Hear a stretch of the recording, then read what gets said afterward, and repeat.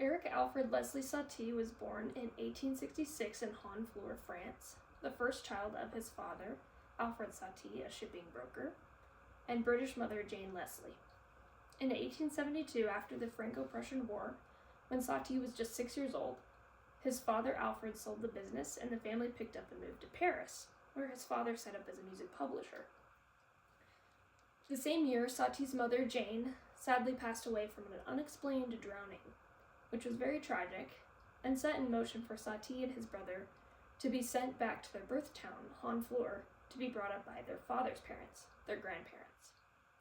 Since religion was important for the Satie family, and Erik and his brother were originally baptized in the Anglican Church when they were born, when they went back to live with their grandparents, the boys were rebaptized as Roman Catholics and educated at a local boarding school in Honfleur, where Satie excelled in history and Latin, but nothing else.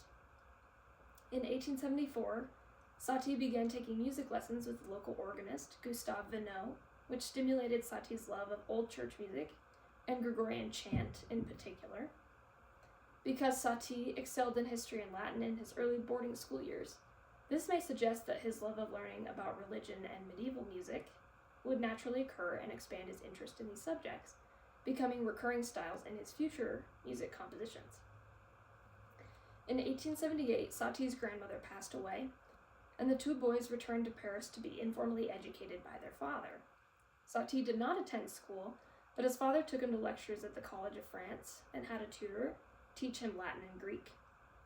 Before the boys returned to Paris from Honfleur, however, Alfred Satie got remarried to Eugénie Barnache, a piano teacher and salon composer, in 1879, which was to the dismay of the 12-year-old Satie, who did not like her. As a musician and piano teacher herself, Erik's stepmother Eugénie was a huge influence on Satie's early education and resolved that her elder stepson should become a professional musician. So, in November 1879, she enrolled him in the preparatory piano class at the Paris Conservatoire. Satie strongly disliked the conservatoire, which he described as, quote, a vast, very uncomfortable and rather ugly building, a sort of district prison with no beauty on the inside, nor on the outside for that matter. He studied solfeggio with Albert Lavanac and piano with Émile Decombes, who had been a pupil of Frédéric Chopin. In 1880, Satie took the first examinations as a pianist. He was described as, quote, gifted but indolent. The following year, Decombes called him, quote, the laziest student in the conservatoire. And unfortunately, in 1882, he was expelled from the conservatoire for his unsatisfactory performance. Rough. In 1884, Satie wrote his first known composition, a short allegro for piano, written while on holiday in Honfleur. He signed himself Erik, E-R-I-K, on his first composition and subsequent compositions, though continued to use E-R-I-C on other documents until 1906. It's not known exactly why he spelled his name differently, but it could be surmised that it was to perpetuate his eccentric image. In 1885, likely from the prodding of his stepmother Eugénie Satie, he reapplied and was readmitted to the conservatoire in the Paris Conservatoire in the intermediate piano class of his stepmother's former teacher Georges Mathias, but also made little progress. Mathias describes Satie's playing as, quote, insignificant and laborious, and Satie himself, worthless, 3 months just to learn the piece, cannot sight read properly. Rough. Satie also became even more fascinated by aspects of religion at this time. He spent much of his time in Notre Dame in Paris, contemplating the stained glass windows, and in the National Library, examining obscure medieval manuscripts. From this time comes his piece Ogives, a set of 4 piano pieces inspired by Gregorian chant and Gothic church architecture. And in a turn of events keen to leave the conservatoire again, Satie volunteered for military service, and it is alleged that the reason he decided to continue at the Paris Conservatory to begin with was to get away with serving 1 year of military service rather than 5, and he joined the 33rd Infantry Regiment in November 1886. He quickly found army life no more to his liking than the conservatoire, and deliberately contracted acute bronchitis by standing in the open, bare-chested, on a winter night. And after 3 months of convalescence, he was invalided out of the army. So, to get even more of a sense of Satie's absurdity and avant-garde style and personality, there's a quote by him I'd like to read to you. He wrote his famous schedule quote as a satirical commentary on the perceived pretentiousness and overly dramatic lifestyle of the artistic community in France at this time, highlighting his own minimalist approach to life and art by presenting a meticulously planned, absurdly detailed daily routine, essentially poking fun at the idea of the artist's life as being overly romanticized and needing to be strictly regulated. He wrote in his 1913 book, Memoirs of an Amnesiac, quote, "An artist must regulate his life. Here is my precise daily schedule. I rise at 7:18 a.m., am inspired from 10:30 to 11:47. I lunch at 12:11 and leave the table at 12:14. A healthy horseback ride on my property from 1:19 to 2:35. Another round of inspiration from 3:12 to 4:07. From 5 to 6:47, various occupations, fencing, reflection, immobility, visits, contemplation, dexterity, and swimming, etc. Dinner is served at 7:16 and promptly finished at 7:20. Afterward, from 8:09 to 9:59, symphonic poems out loud. I go to bed regularly at 10:37. Once a week, I wake up with a start at 3:14 a.m., Tuesdays. I only eat white foods, eggs, sugar, shredded bones, the fat of dead animals, rice, turnips, sausages and camphor, pastry and cheese, the white varieties, cotton salad, and certain kinds of fish, skinned. I boil my wine and drink it cold, mixed with fuchsia juice. I have a good appetite, but never talk when eating for fear of strangling. I breathe carefully, a little at a time, and dance very rarely. When walking, I hold my sides and look steadily behind me. Being of serious demeanor, it is unintentional when I laugh. I always apologize, very affably. I sleep with only one eye closed. I sleep very hard. My bed is round with a hole in it for my head to go through. Every hour, a servant takes my temperature. For a long time, I've subscribed to a fashion magazine. I wear a white cap, white socks, and a white vest. My doctor has always told me to smoke. He even explains himself. Smoke, my friend, otherwise someone else will smoke in your place. End quote. So this humorous quote by Satie definitely gives us a sense of what he was like and his philosophy on life. He didn't take things too seriously, or more, he thought there was an absurdity to the ways of life, and wasn't afraid to mock what was normal or what was considered the fantasy of a famous artist's life. His compositions also reflected his personality and philosophy. He was lighthearted and desired to think outside the box as an artist, not wanting to conform to any one style. People knew he was an eccentric and he made personas out of it. He was called the Velvet Gentleman in Paris because he wore the same 7 gray velvet suits every day for 7 years. He also wore other bizarre things, such as priestly robes. He was fond of the variety of attention he would receive in the newspaper, despite his complicated relationship with the press. So what we could garner about Satie's attitude and writing suggests that he did not put himself over others. Despite being a creative and accomplished composer, he seemed like a genuinely fun person. Satie's humor and cleverness are qualities present in his music. Many people admired Satie's earlier pieces more than his later pieces. His pieces are often quite short, not serious or lengthy. When he started to write more complex and serious compositions later in his life and went back to school to study counterpoint at the Scala Cantorum in 1910, people in Paris, especially young people, such as the young adult group Les Six, who loved his innovation in something new with a composer with originality, didn't like his newer compositions based in more traditional styles and counterpoint, and instead enjoyed the eccentric style that he evoked in his shorter character pieces and miniatures. And while Satie was very innovative and a voice for avant-garde musicians in Paris, and was definitely a rebel, musically speaking, at the time, He also enjoyed traditional forms, counterpoint, and corresponds to what we discussed earlier, his fascination with medieval and church music styles and harmonies. Despite the humor in his avant-garde and more absurd pieces, Satie was intentional in what he wrote, and he would often go on walks at night to ruminate on ideas. It was said that he would only compose under street lamps. Additionally, Satie was popular in circles of other famous musicians and in around Paris at the time. He and Claude Debussy found kindred spirits in one another and their musical outlook and compositional styles, and would often discuss music and ideas together in cafes. Although their relationship was complex, he and Debussy were very close friends for most of their lives, until their careers diverged toward the end of Debussy's life in 1918. Other French composers, such as Maurice Ravel and Francis Poulenc, were also inspired by Satie's pieces and style. Ravel is known to have played some of Satie's early pieces in a concert in 1911.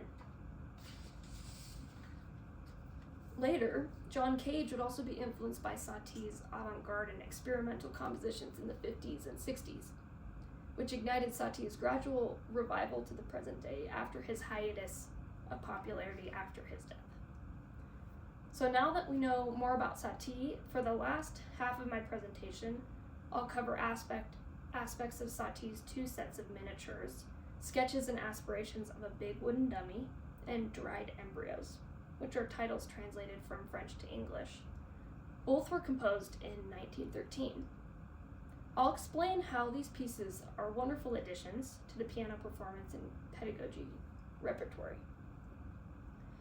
From her published work, Art and the Everyday, Popular Entertainment and the Circle of Erik Satie, Nancy Perloff describes Satie's Aspirations, the third movement of his sketches and aspirations of a big wooden dummy. She wrote, "This piece has a multiplicity of short tuneful ideas, repeated so as to become memorable. Melodic types range from 2, 3, and 4 ostinati to longer melodic gestures comprising distinctive entities, but usually lacking a strong sense of melodic and tonal closure." I'll play it so you can hear what she's talking about. I'll put this here.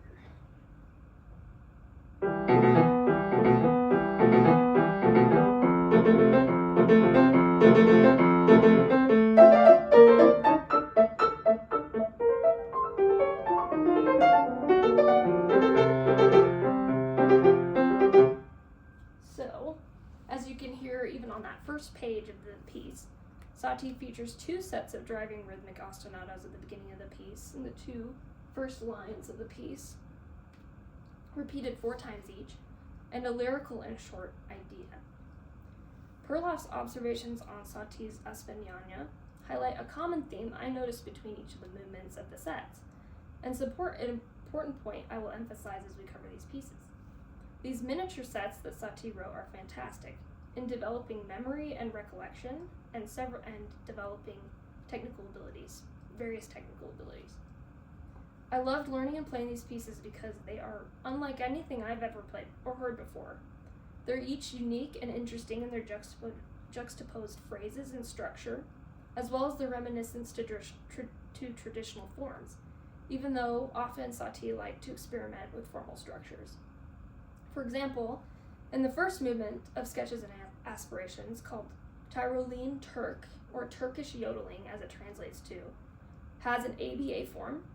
A Tyrolean is a peasant song or melody characterized by yodeling, which Satie combined as a parody of Mozart's Rondo alla Turca, which is exemplified in the textures and rhythms Satie uses.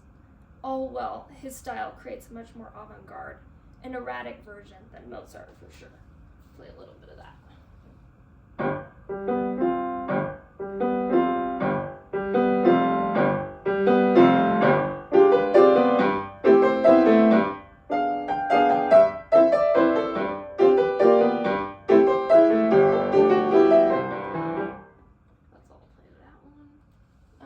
Additionally, Satie's sense of humor shines through these pieces. Throughout each set's movements, he has written many absurd directions for the performer, not only providing a window to Satie's thoughts as if he's treating his music like his own personal journal entry, but also offering an anchor for the performer and memorable starting places. So besides the discernible aural indications of quickly changing phrases, even though these pieces do not have bar lines, one could memorize the starting places of each mini-section, marking in the score. As I noted on Satie's musical parody of Mozart's Alla Turca, Satie's humorous annotations for his phrases would often reference another composer and the composer's work, locations, folk melodies, and other popular songs of the time. For example, this section I'll play on the first pages of España, which translates to Beautiful Carmen and the Hairdresser, may suggest the contrast between the passionate and dramatic world of opera, notably referencing Bizet's Carmen, and a more mundane profession, making it a playful and ironic reference. Further along in the piece, he writes a pun on the Paris street and Spanish capital, and also possibly taking a jab at the Paris Conservatory by writing Rue de Madrid, which is also the most climactic point of the piece, I'd say. So first I'll play the Bizet Carmen again.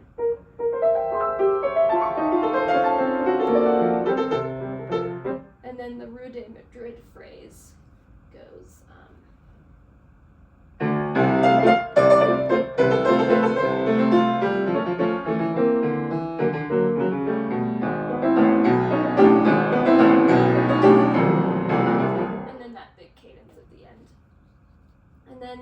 besides descriptive titles for his phrases, he also includes performance markings that add lovely and varied expressivity to the piece and also allow for more interpretive decisions on part of the performer.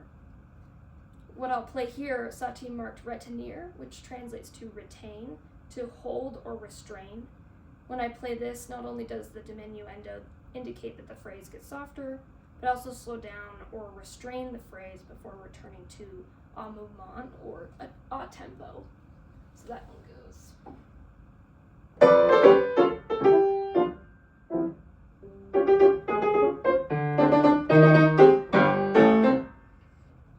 So that is an overview of the sketches and aspirations of a big wooden dummy. I'll touch on the last one later. The very last set I played in my recital videos is Embryons desséchés, or dried embryos, and is also a set of 3 pieces, like sketches and aspirations. In light of Satie's avant-garde style, I should mention that the titles of these pieces are pretty funny, and they're pretty ridiculous, on purpose.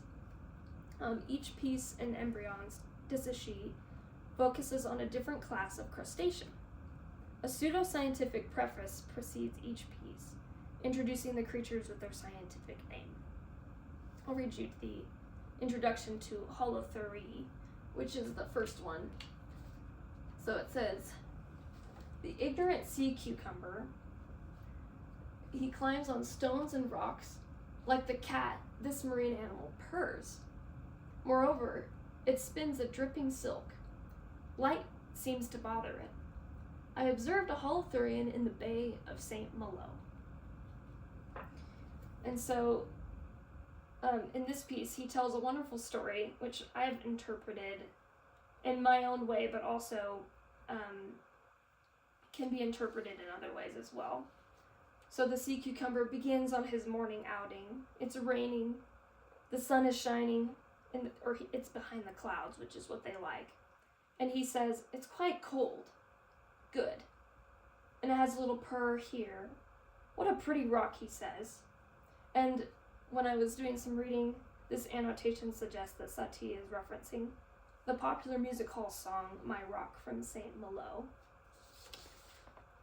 And so I'll play a little bit of that. Particularly the purring section is just so soft.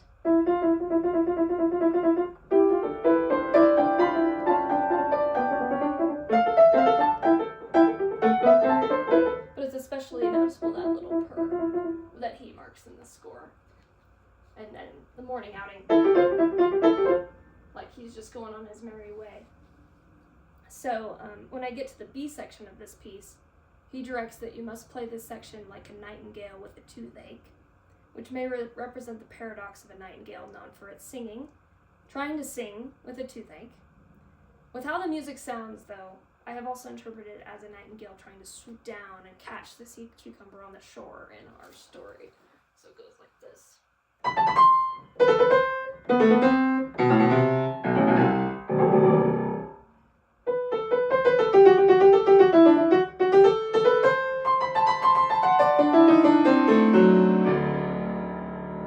And that's him swooping down. And then you go back to the A section. So that's, he goes back on his merry way at the return of the A section, because he's fine. He escaped the bird, and this could be suggested later as the crustacean says, "I hope he never comes back," and a little mocking purr, like, "Oh, he missed me," perhaps towards the bird here. Satie ends the piece with a few more comical and silly annotations, an extremely elaborate cadence, similar to the final movement of the set, so of the first movement. And then just goes on and on. I don't have to play it. The second piece, the introduction to Edriophthalma, describes these animals, the second class, as crustaceans with stalkless eyes, or shrimp, which also happen to be very melancholy by nature. I'll read you the introduction of that one. It says, crustaceans with blind eyes, immobile, very sad by nature, these crustaceans live, withdrawn from the world in holes drilled through the cliffs. So, perhaps inspired by their supposed unhappy disposition, Satie absurdly pairs a scenario of shrimp attending a funeral with music borrowed from the third movement of Chopin's Piano Sonata No. 2 in B-flat minor, Opus 35, specifically measures 31 through 32, which is also appropriately called Funeral March, fitting the context of this piece. This snippet of Chopin's sonata appears in the small B section of the piece, which is annotated by Satie. He wrote, "And they all started to cry." So I'll play that for you.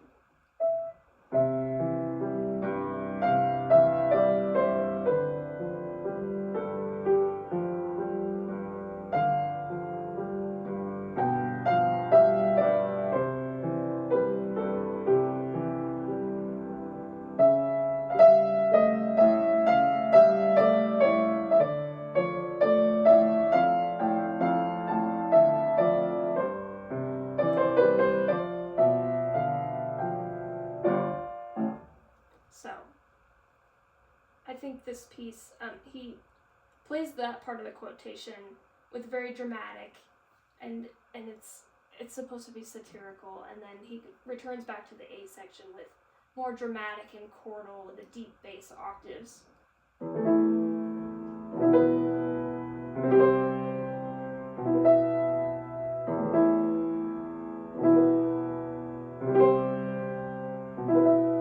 Yes, it's very good satire. I think the piece also sounds like it could be underwater as well, which I tried to evoke in performance by keeping the damper pedal at least half pedal to give the piece some wetness for some interpretive performance and storytelling decisions.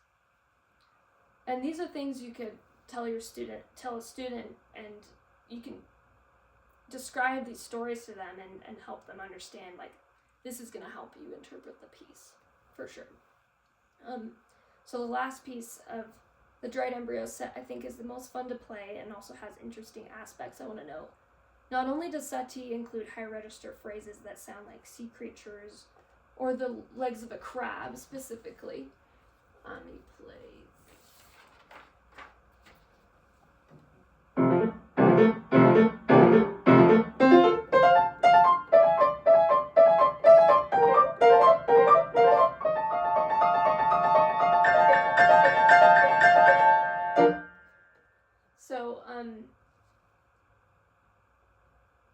He makes fun of the hunt themes as well that you'll often hear in classical music, such as themes Mozart uses, and represents the crustaceans hunting for their prey.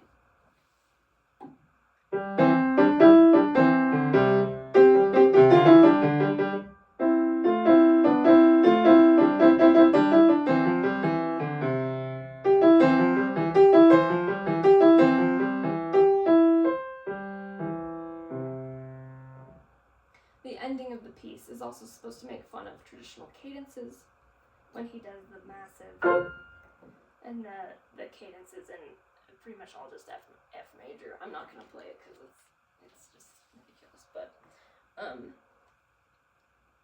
this is one of the pieces also included in the Norton music history textbooks.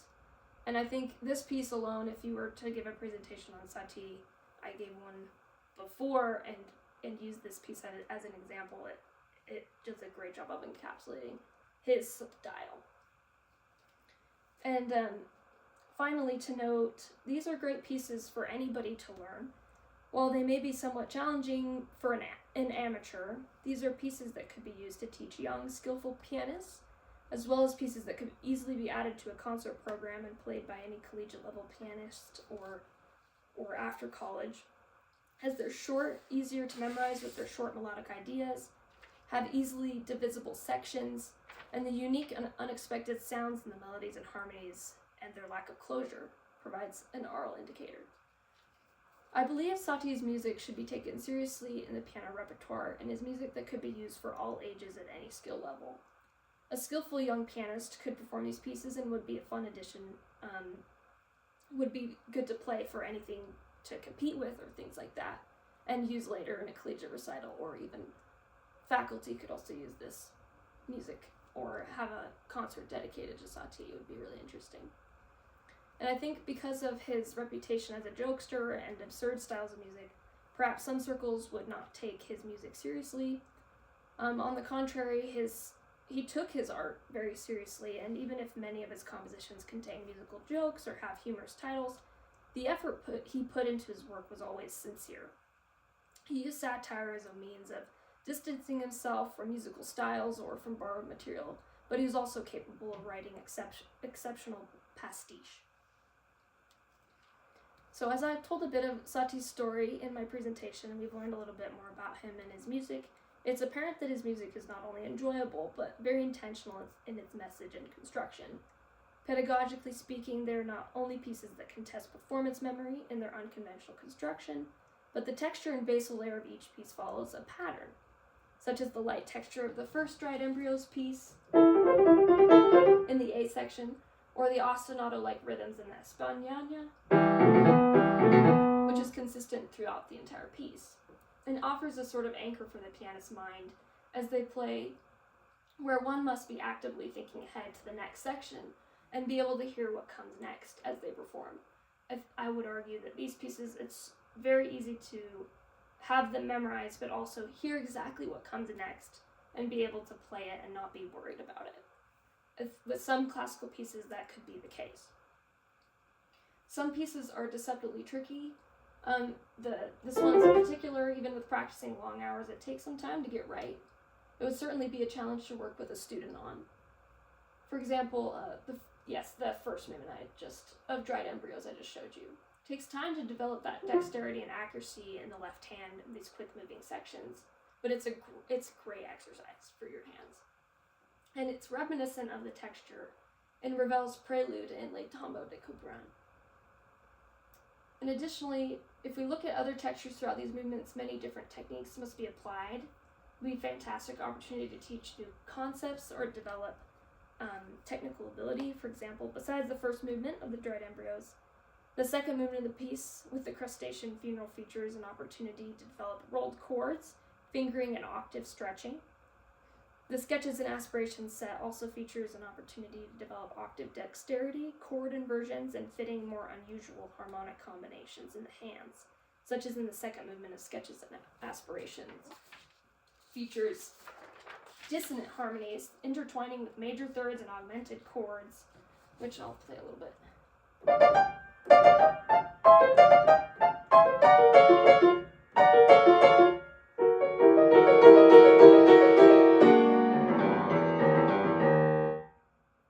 So whether somebody would want to use Satie's for a long theory lesson or teach fundamental technical concepts and exposure to varied music, there's so much that we can gather and learn from Satie's music.